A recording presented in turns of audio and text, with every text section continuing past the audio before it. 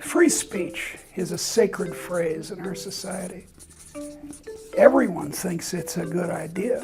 It's in the First Amendment to the Constitution. Hey, it's great. But I want to complicate things a little bit because I want to associate free speech with the ancient word for persuasion, all the way back to the Greeks, rhetoric.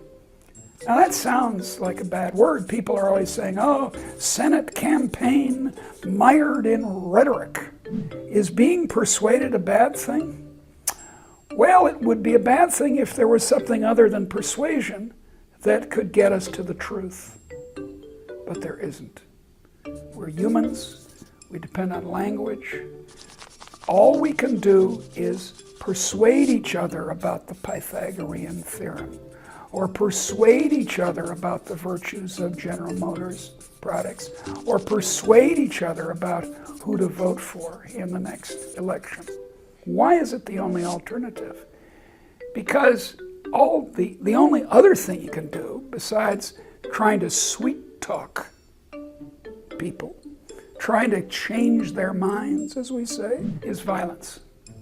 I can change at least your actions, if not your minds, by drawing out my .38, which I keep in my purse, and saying, you believe in economics or I'll shoot you. And you say, oh yeah, I believe in economics. Yeah, economics is great. And that's all we have. For example, advertising. Now, advertising has a bad press. People say, they always use the word manipulation, I mentioned before. Oh, it's terrible. People are trying to persuade you. Now, wait a second. The only alternative is violence. How else are we going to decide whether Coke is the real thing? How else are we going to decide what automobile to buy except by people trying to charm us?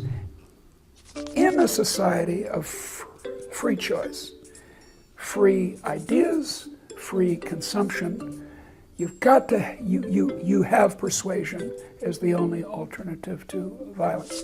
So a free society is an advertising of society. A free society is a rhetorical society. A free society is a speaking rather than violent society.